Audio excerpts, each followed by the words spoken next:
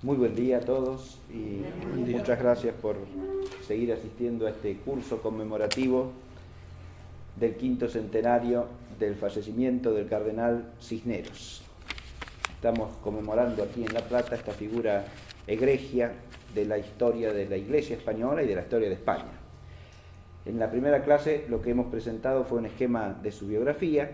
En la segunda el profesor Gómez nos presentó a Cisneros como reformador eclesiástico, es decir, vinculó la personalidad de Cisneros con uno de los temas fundamentales de la historia de la cristiandad europea en ese tiempo. Y hoy nos encontramos con otro tema fundamental, que es el gobierno del Estado, el gobierno de un Estado cristiano, porque Cisneros cumplió esa función de gobernante como regente de Castilla en 2 ocasiones. Y de esto nos va a hablar el profesor Juan Gupil, que es profesor de Historia, egresado del Instituto Terrero de La Plata, y dicta cátedra de Historia en los colegios Santo Tomás Moro y San Francisco de Villeriza. 2 colegios que, en mi opinión, son un ejemplo en La Plata como esfuerzo de colegios que procuran ser realmente colegios cristianos, colegios católicos, ¿no? Y en ese sentido están en la huella del espíritu cisneriano, podríamos decir, ¿no? Bueno, muchas gracias, profesor. Muchas gracias a usted. Buen día a todos. Sépanme disculpar, pero estoy atacado por una dolencia gripal, así que mi tono de voz quizás no es el acostumbrado y por ahí tengo un cierto carraspeo. Salvado eso, nuestro tema hoy es un aspecto de la vida de Cisneros, el gobierno. Como bien dijo el profesor Mayeregger, Cisneros es un hombre egregio de la historia hispánica y de nuestra historia, porque nosotros nacimos de España y de la cristiandad, y tiene una gran cantidad de aspectos su vida, religioso, cultural, y a mí me toca el político, porque a este obispo le tocó regir los destinos de Castilla y de la incipiente España 2 veces, en 1506, 1507 y en 1516 y 1517. De hecho, termina sus días sobre esta tierra siendo regente de España, de Castilla. Bien.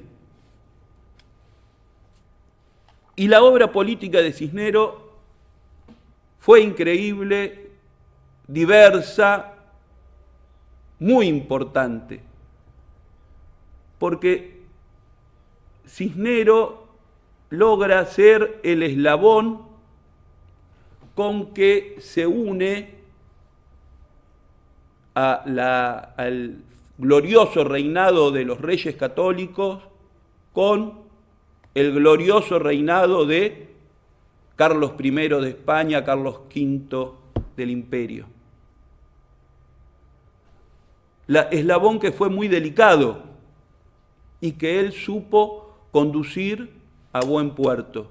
Y ahí está sobre todo su gran éxito como gobernante.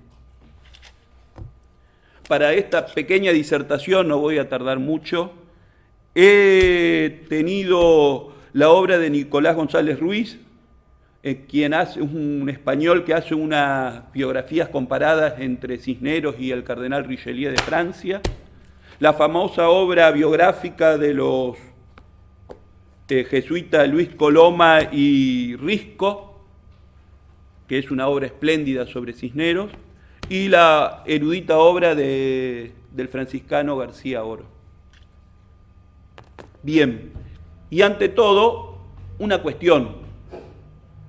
En la cristiandad europea, era común que muchas veces ciertos puestos políticos, principados, estén, inclusive hasta un reino, estén gobernados por una persona de iglesia. Hoy en día no estamos acostumbrados a eso. Pero en aquella época era muy común. Y también de mucho acierto. Y a los reyes en general muchas veces les convenía esta cuestión porque los principados en manos de un eclesiástico, un obispo, un abad,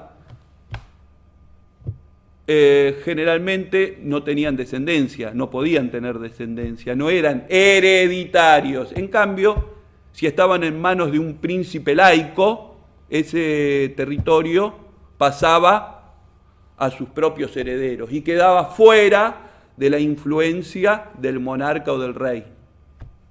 Como ustedes ven, también servía a la unidad del reino y al control del rey sobre su país. Bien, primero me referiré a la primera regencia.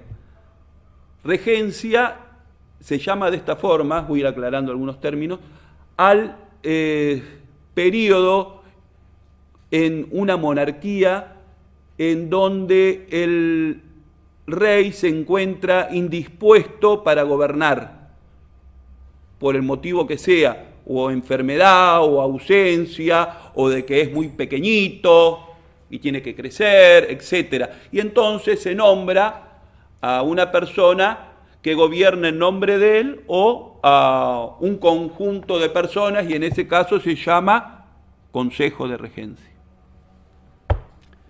Bien, a Cisneros le tocó ser regente de Castilla, ni más ni menos.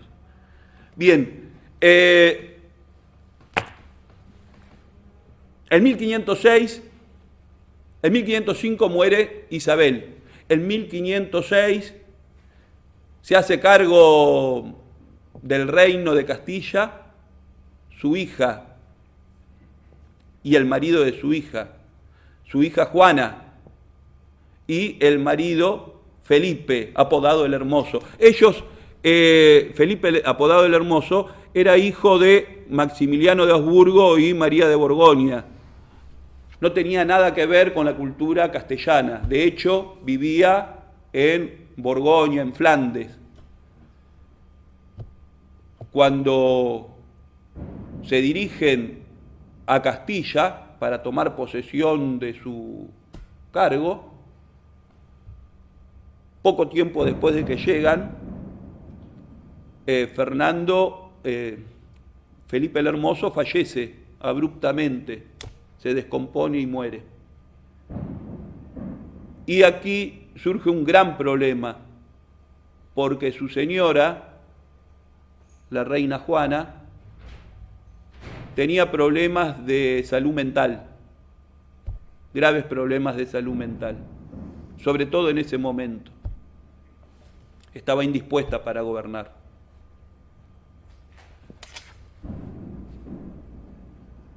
Esto se produce en un ambiente de mucha inquietud política en Castilla. Hay que recordar que la alta aristocracia castellana había estado sometida a buen puerto durante el largo reinado de Isabel, pero ante la muerte de Isabel ya empezaron a levantar cabeza y a pretender distintas exigencias. Y ante la muerte de Felipe, esto aumentó más la cuestión. Aún vivía, obviamente, el esposo de Isabel, Fernando el Católico, pero es rey de Aragón, no rey de Castilla.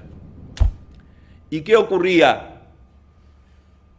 Gran parte de los aristócratas castellanos no querían saber nada con don Fernando. Para ello, les voy a leer una pequeña discusión que surge cuando se reúnen los principales de España, entre ellos el cardenal de Toledo, nuestro personaje, Cisneros, y tiene el primer enfrentamiento duro con estos grandes duques. Es interesante ver cómo actúa el cardenal, donde muestra mucha lucidez, tacto, firmeza y prudencia política, buscando siempre el bien común de su patria, la tranquilidad y la paz del reino. Jamás tiene intenciones de obtener poder por el poder mismo o de aprovecharse de dicho poder para algún beneficio propio. Jamás. Siempre lo guía esa luz de que le había mamado junto a su reina, la reina Isabel, de guiar la Castilla a la Universitas Cristiana. Están todos reunidos, ¿no?, los grandes de Castilla con él. Hacía poco había muerto Felipe el Hermoso. Y Coloma comenta lo siguiente: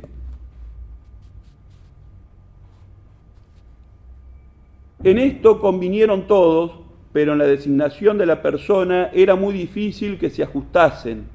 Están buscando quién va a ser el regente. Todos se disputan la regencia, porque cada cual quisiera la regencia para sí o para la cabeza del partido que sostenía.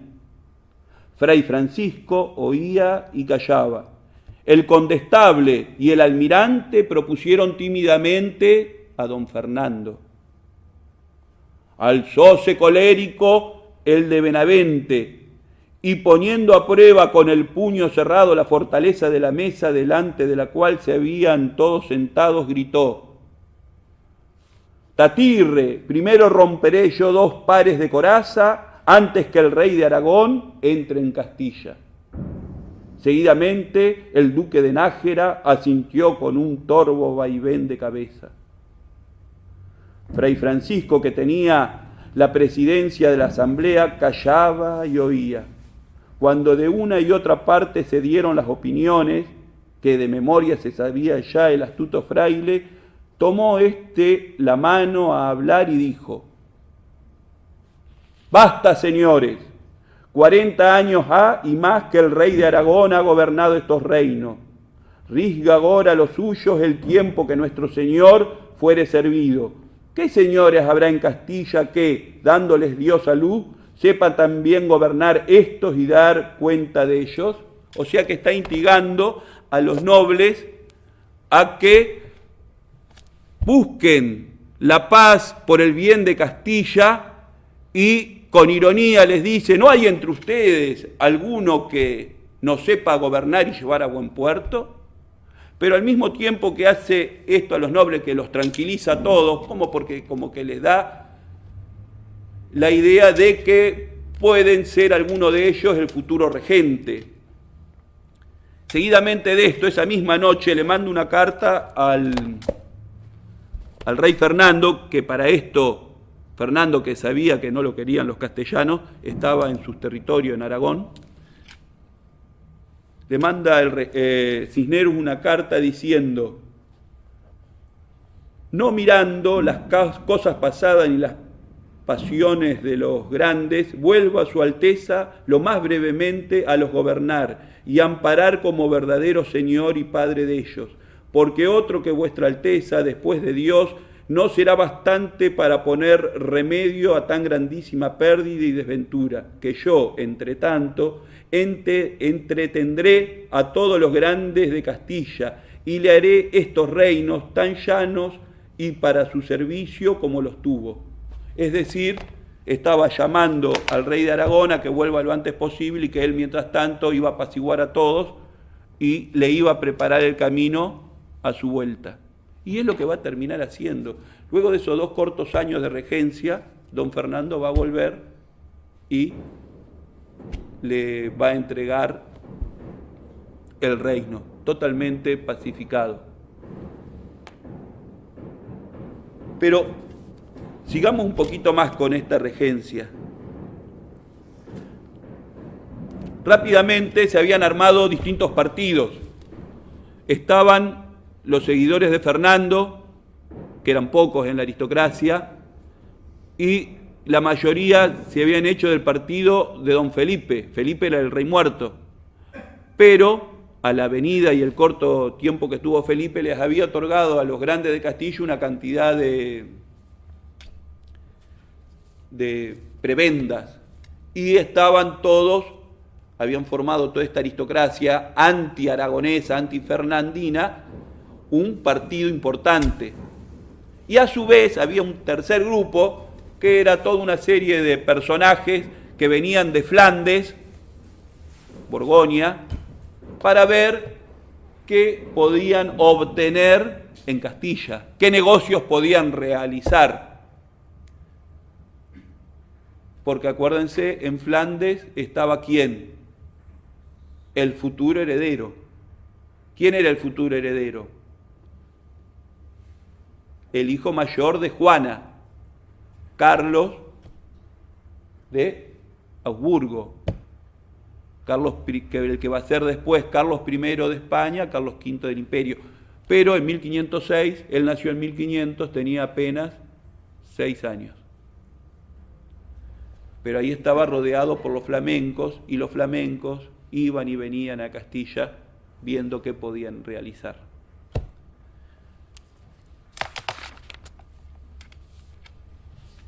Cisneros se daba cuenta de la situación en que se encontraba su Castilla. La guerra civil floreaba por todas partes. Las ciudades también tenían aires de levantarse contra la autoridad, no solamente los grandes señores. Cisneros logra que lo nombren, en primer lugar, presidente del Consejo de Regencia.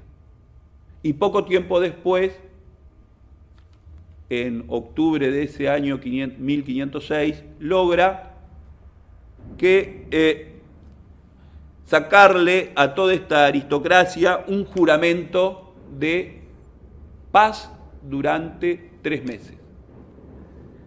En este juramento de paz logra que los nobles juren respetar el funcionamiento del Consejo de Castilla, que él preside. Prohibición de formar milicias particulares. No había ejércitos profesionales en esa época, se armaban ejércitos con los caballeros, ¿sí? Les prohíbe armar sus propios ejércitos a los grandes señores de Castilla. De apoderarse de la reina o del infante Fernando. La reina es doña Juana. Quien es el principal responsable es él, Cisneros, que recibe esa encomienda de cuidar a la reina y sostenerla, aconsejarla. Sigue siendo la reina, él es el regente.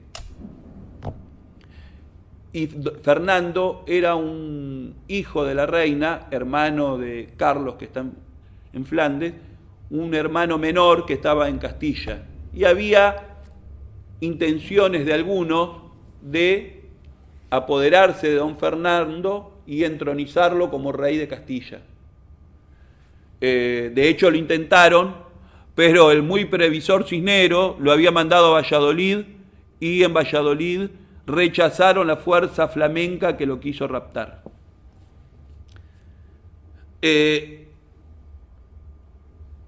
También logra Cisneros algo fundamental, y es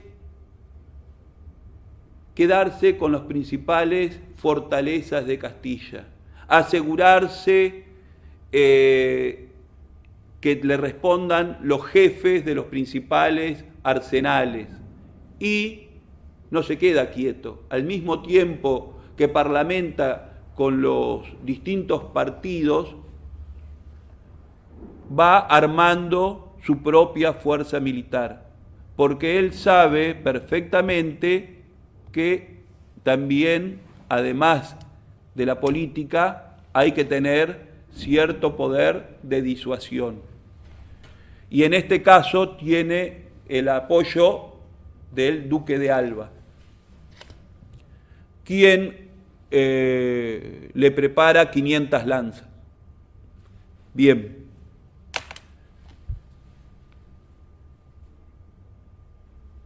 Pasan los 3 meses de relativa paz.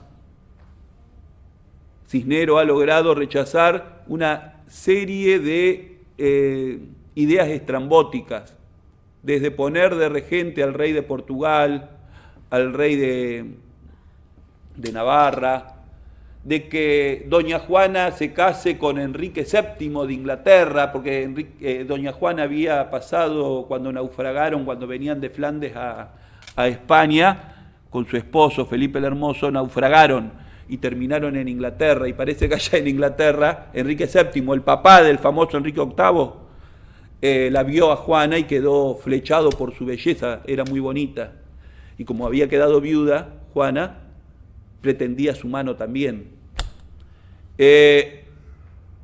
Toda una serie de salidas extravagantes que Cisneros logró vayan siendo rechazadas, ¿sí? Pero a pesar de todo ello, comienza el año 1507 y ha vencido la tregua que todos los nobles habían jurado. Ni bien termina la tregua, los nobles comienzan a levantar sus propios ejércitos. Pero ya Cisneros estaba preparado. Y aquí comienza algo que es terrible, y es la travesía que va a realizar la reina doña Juana en su estado mental perturbado, desde Burgos hasta Torquemada, con el féretro de su esposo muerto, ¿no? Y seguido por toda la aristocracia, por los pobladores de distintos lugares por donde pasaba, por el consejo, por los ejércitos que la protegían del cardenal y por los ejércitos que la querían tomar de los grandes de España, ¿sí? ¿Qué va a pasar? Para dilatar la situación, Cisneros convoca cortes en Burgos, ¿sí? Pero no quería convocar en realidad cortes, quería ganar tiempo, porque sabía que las cortes iban a terminar con la guerra civil. Y comienzan todos a reunirse en Burgos, pero nunca se inician las cortes. Y la reina tampoco les daba inicio porque ella decía que estaba velando a su marido y no estaba para firmar ninguna disposición, ¿sí? Inclusive Cisneros, que ya tenía ciertos poderes de legalidad que le había mandado Fernando, no logra obtener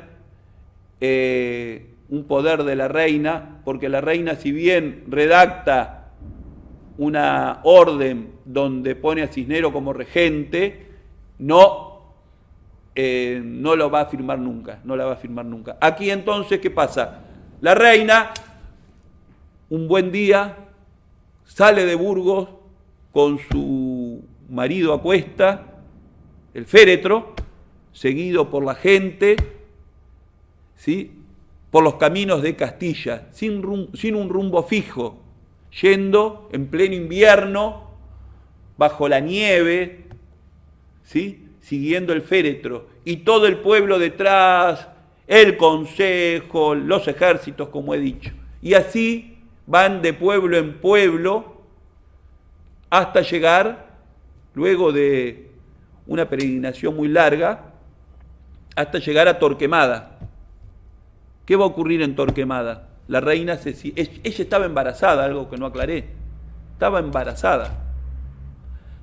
Y en Torquemada, la reina se siente que está por dar a luz. Ahí frena y es el momento que aprovechan los enemigos de Cisneros para realizar algún lance en la ciudad. Y van a estar a punto de enfrentarse. Es una gran mise en scène, ¿no? Las tropas de Cisneros y los grandes de España, pero justo cuando el día que se estaban por enfrentar en medio de la ciudad, aparece el enviado de la reina diciendo que se asosieguen porque está dando a luz. Y todos deponen las armas, vuelven a sus cuarteles, y ese día la reina tiene a su última hija, a su hija más chiquita, doña Catalina de Aragón, que será luego la mujer de Enrique VIII, la famosa Catalina de Aragón, esposa legítima del rey de Inglaterra. Y es así que para esta época ya Cisneros ha aplacado a todos los aristócratas y recibe la buena nueva de que don Fernando regresa a Castilla. Estamos ya a mediados de 1517, en agosto de 1517. Don Fernando, que poco tiempo después de quedar viudo, se casó con una joven de 19 años, Germana de Foix, una sobrina del rey de Francia, Luis XII, con el cual tenía bastantes problemas en distintos lugares de Italia y en Navarra, con el rey de Francia. Bien, y así finaliza la primera regencia de Cisneros, entregando Cisneros el mando al papá de la reina Juana. Y el papá de la reina Juana conducirá gentilmente a su hija en procesión a un convento donde quedará recluida durante su larga vida de aproximadamente 40 años.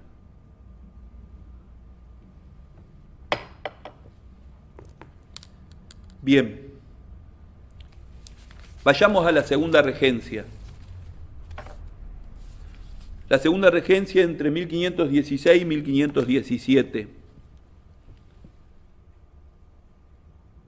A principios de 1516 muere el rey Fernando. Nuevamente se plantea una situación grave. ¿Qué pasaba?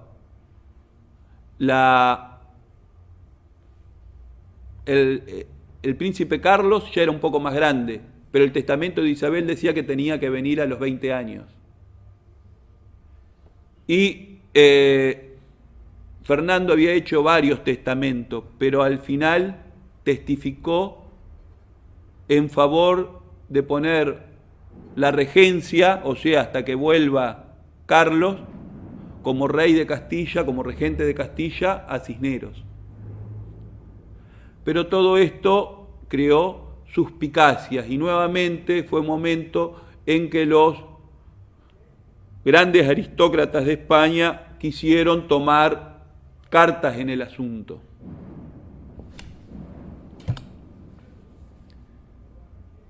Y a su vez todavía seguía influenciando en Castilla mucho el partido de Flandes. Es así que Cisneros es el regente por designio de Fernando. Pero en Flandes, si bien el príncipe Carlos lo acepta, manda otros regentes para que cogobiernen. Y así le envían a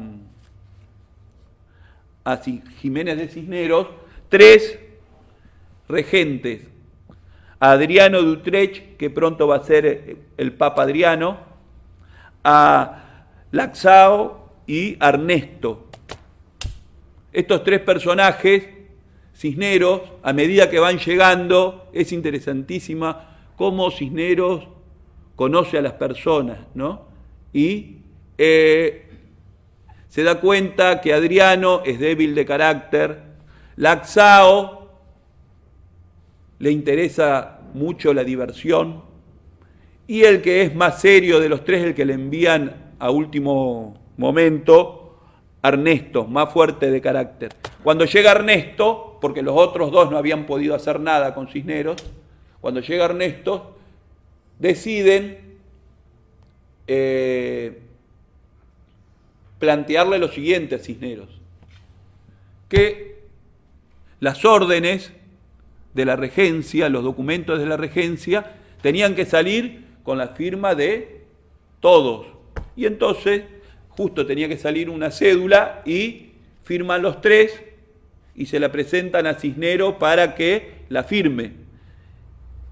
Y fíjense el carácter Cisneros. Cisneros le dan el papel con la firma de los 3 y la cédula. ¿Qué hace? Rompe el papel donde está la firma de los 3, lo hace copiar de nuevo, lo firma él, esa cédula que tenía que salir, y sale la cédula y se ejecuta la cédula sin la firma de los otros. Y a partir de ahí todos los documentos salen con su sola firma y los vence, ¿sí? Políticamente. Esto no quita que estuviesen a su lado, los tratara muy bien a todos, hablara con ellos, le pidiera consejos, pero después él resolvía.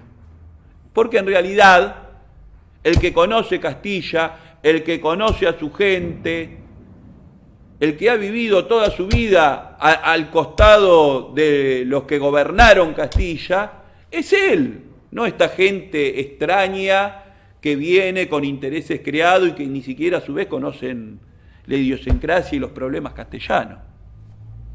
Ni que tampoco están a la altura de este personaje, ¿no? Porque es impresionante Cisneros.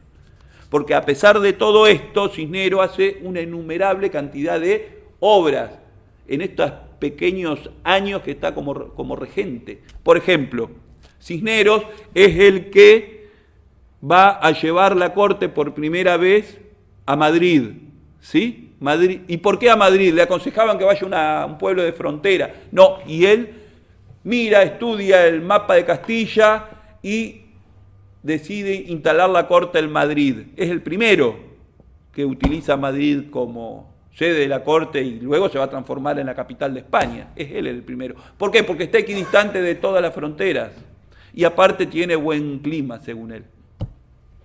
Y está cerca de la Virgen de Atocha, virgen de la cual era muy devoto, ¿sí? Bien, también la muerte de don Fernando trae el tema de que Fernando había ocupado el reino de Navarra, había conquistado el reino de Navarra, y después murió. El hecho es que los reyes de Navarra destronados, apoyados por el rey de Francia, la querían ocupar nuevamente. Y aprovechan esto cuando muere Fernando, ¿sí? Pensando que el viejo y decrépito Cisneros no iba a estar a la altura. Tenía 80 años Cisneros. Sin embargo, Cisneros siempre está a la altura. Prepara un ejército muy aguerrido, muy inferior al número que tenía el rey de Navarra, y cuando éste invade, lo derrota. Y luego, ¿qué hace? Destruye todas las fortalezas de Navarra que son inútiles para la defensa de Navarra y que sí son útiles para una nueva invasión, para que se aprovisionen los que vienen desde Francia. Esto ha sido muy criticado en Cisneros porque decían que quería destruir toda Navarra. No, nada que ver. Simplemente fortificó en Navarra los puntos claves y destruyó los castillos que utilizaban los que invadían Navarra. Y a partir de esta acción, Cisneros incorpora definitivamente Navarra al ámbito del plurinacional gobierno español, varias naciones. Y a partir de ahí no se va más de España, aunque hoy en día están pidiendo cierta autonomía, igual que los catalanes. Pero bueno, también Cisneros va a hacer otra cosa increíble. Va a organizar y dar el puntapié inicial al ejército español. Él se da cuenta que necesita unas buenas fuerzas armadas, profesionales y bien entrenadas y bien repartidas por toda España. Y es así que manda llamar a un viejo veterano de las guerras de Italia para que redacte un manual militar, un reglamento para esta fuerza, para la infantería que él quería formar. Y este manual, que aún hoy se conserva, dice, entre otras cosas, lo siguiente: antes de la batalla los soldados debían confesarse y comulgar, y hacer votos para servir bien y lealmente a su jefe, no tocar y no robar las iglesias, cuidar la honra de las mujeres, morir todos juntos, no huir y matar a los que huyen, castigar severamente a los que blasfeman. Perdón. Este reglamento es muy parecido al reglamento que instituyó el general San Martín en Plumerillo, en Mendoza. Y lo que pasa es que el reglamento de San Martín es en realidad el reglamento del ejército español, del cual él era parte o había sido parte.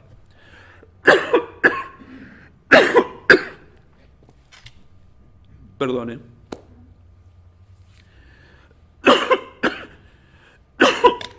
Y esta ordenanza, ¿qué proveía? Que se reclutasen tropas de entre 20 y 40 años en toda Castilla, en todos los pueblos de Castilla, según la densidad de las poblaciones.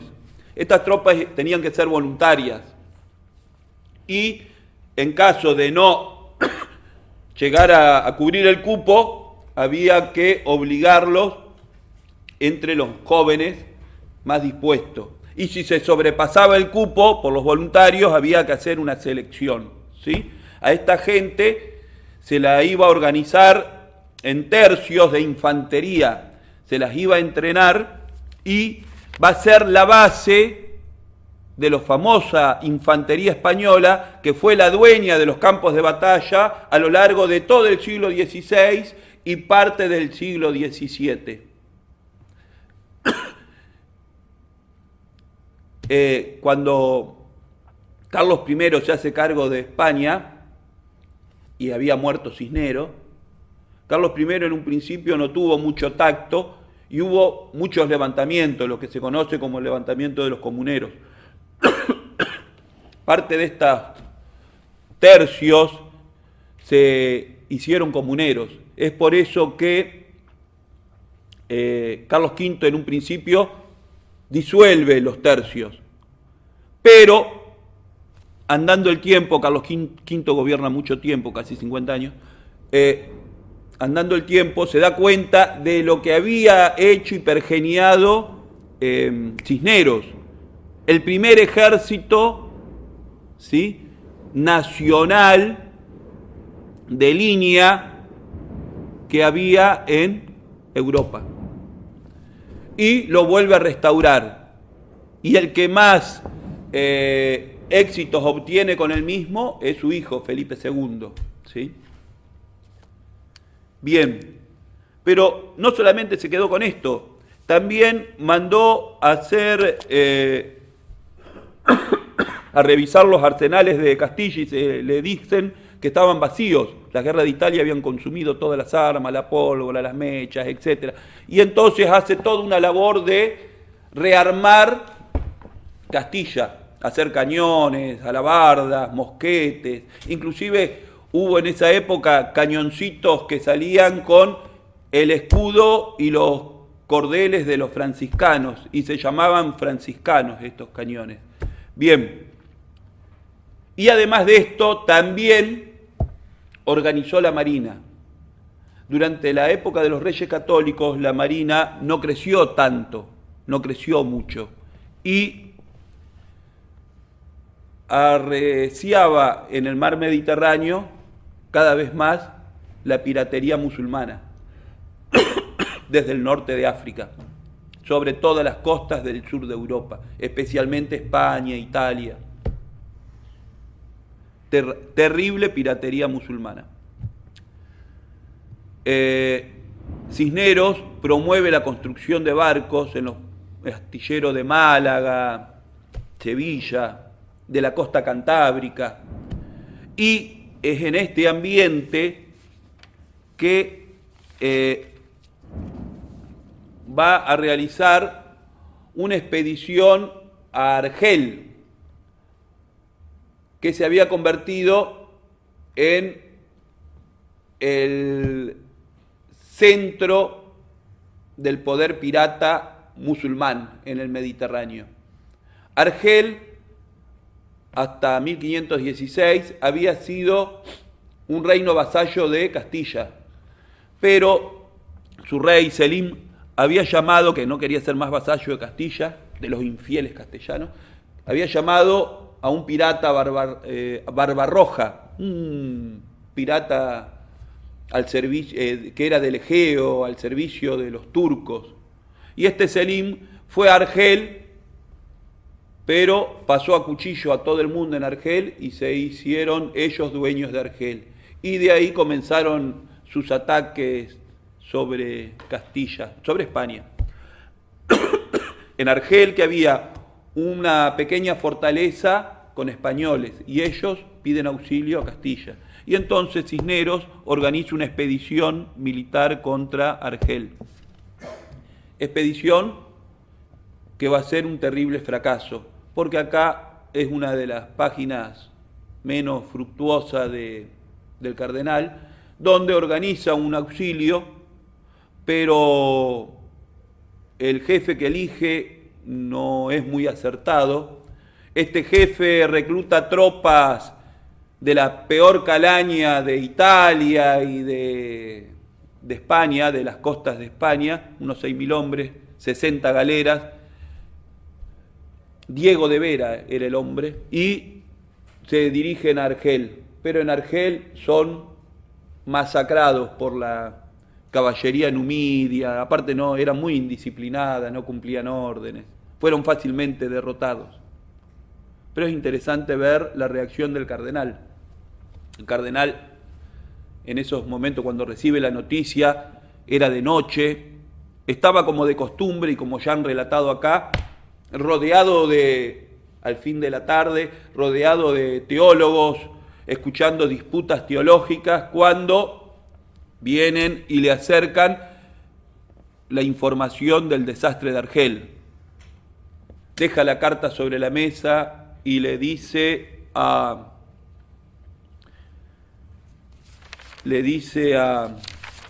la gente que estaba con él: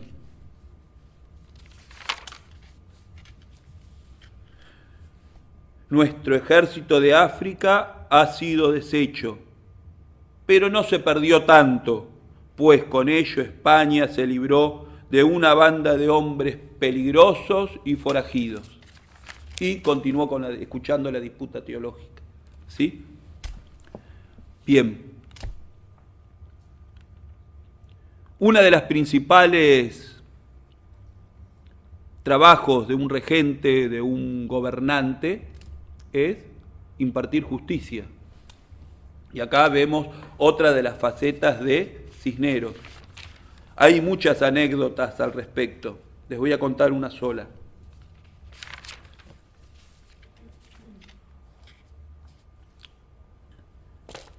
Cisneros tenía un lema: justicia para todos, para altos y bajos.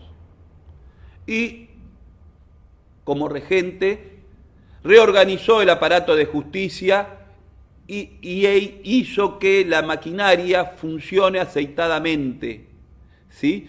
Y que mucha cantidad de pleitos que dormían en los cajones, porque cuando afectaba los intereses de un grande y que se sabía iba a perder, ¿qué hacía? Con dinero o amenazas podía hacer que ese pleito se durmiera mucho tiempo y no afectase sus intereses, ¿sí? Ante estas reformas que hace Cisneros, todos los juicios siguen hacia adelante, salen a la luz, continúan. Y aquí hay una serie de casos famosos. Uno de estos casos es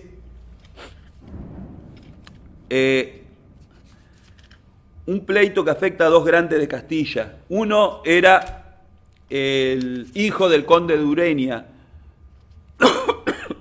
don Rodrigo Girón, y el otro era el señor de Villagarcía.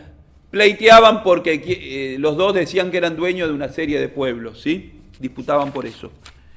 El juzgado resolvió que le correspondía a Villagarcía, ¿sí? Y entonces don Rodrigo Girón se sintió afectado. ¿Y qué hizo este joven mozalbete?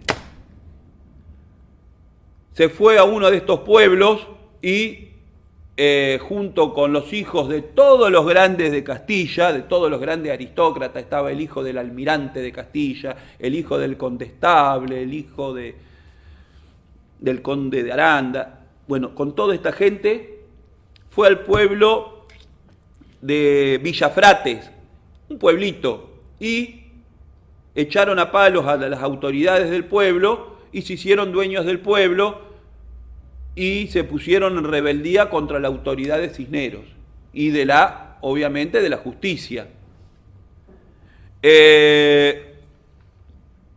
Cisneros no decía nada y miraba de lejos.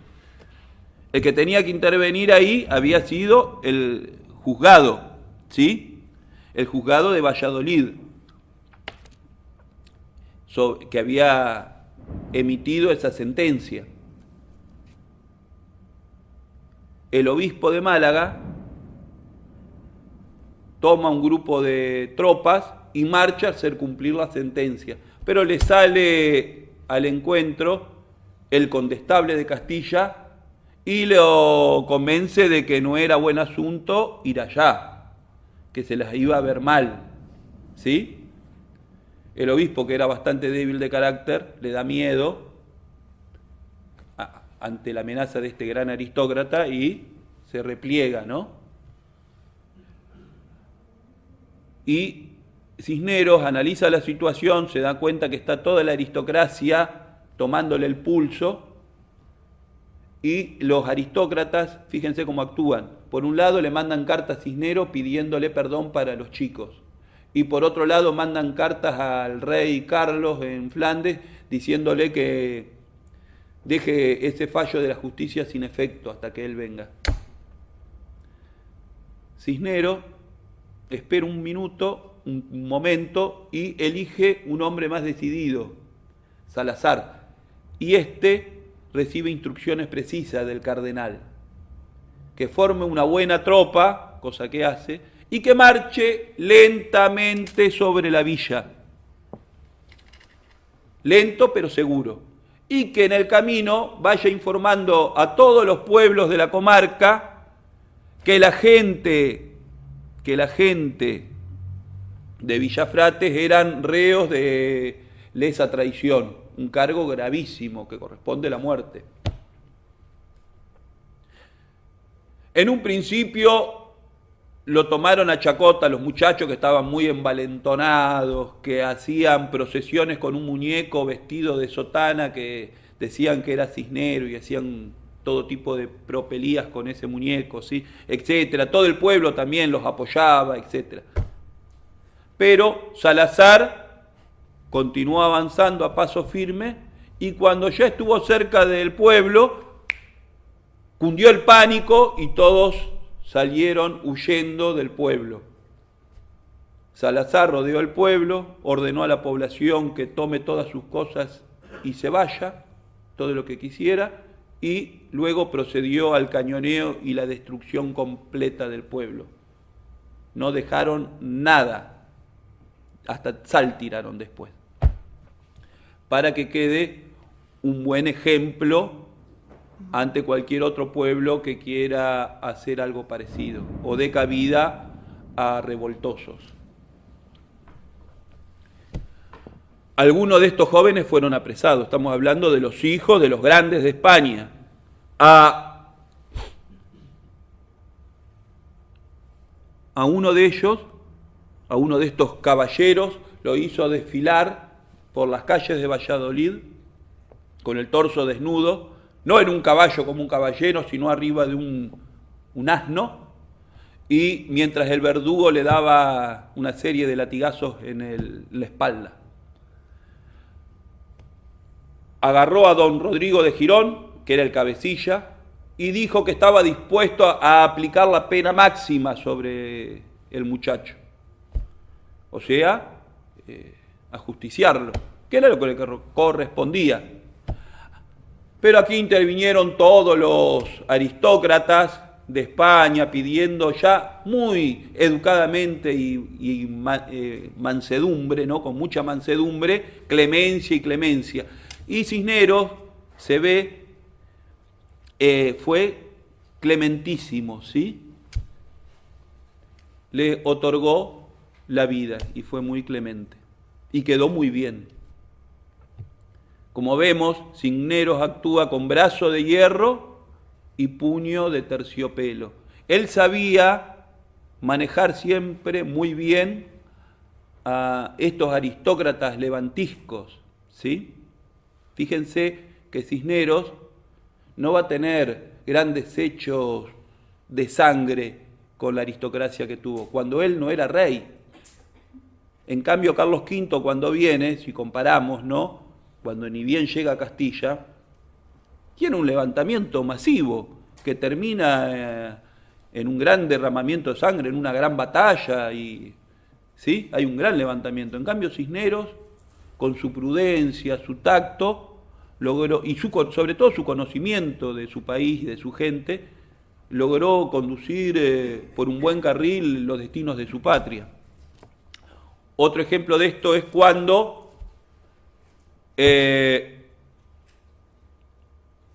ya también en esta segunda regencia los aristócratas estos estaban muy enojados porque los seguía gobernando este fraile decrépito de 82 años, a ellos que eran los grandes de España, los duques.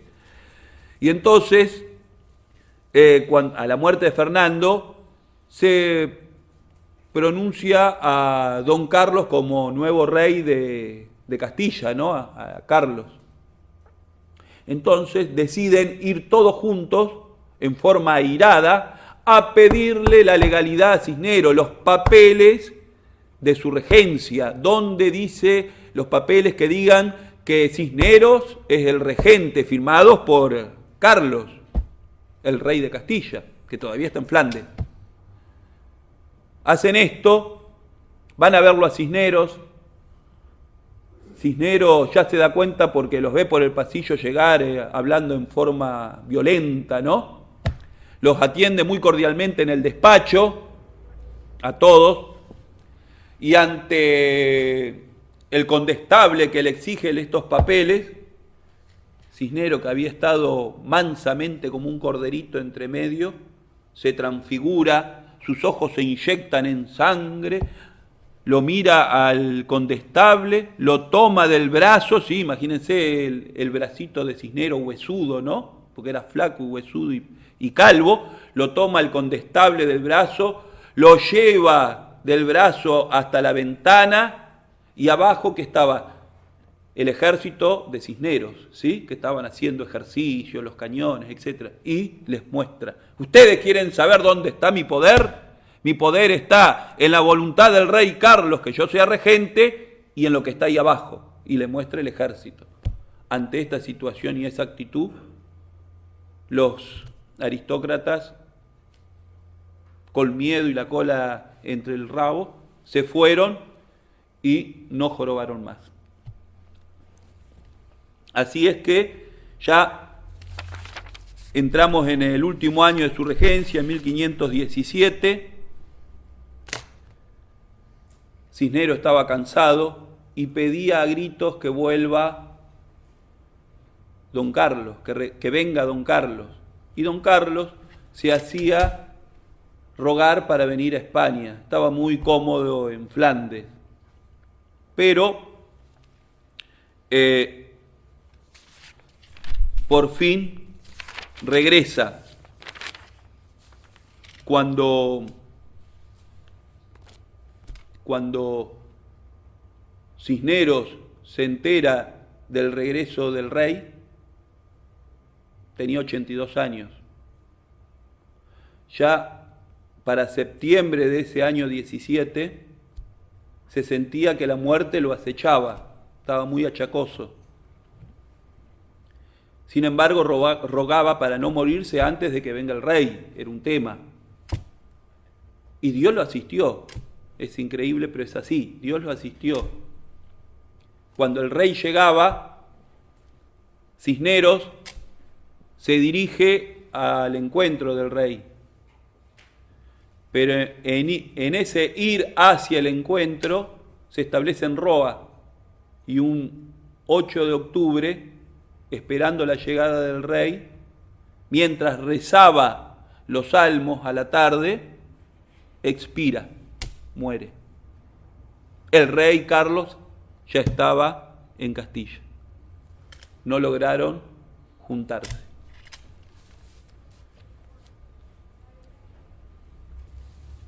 Y para finalizar, les diría,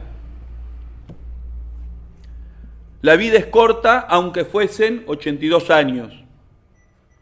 Lo que queda de ella son las consecuencias de nuestros actos, especialmente cuando son los actos de hombres públicos.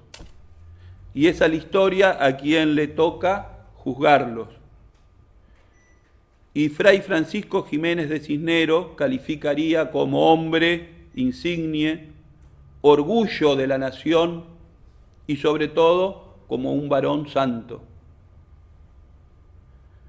Es Cisneros, junto a la reina Isabel de Castilla, ejecutor principal de los designios de Dios en la historia, que dieron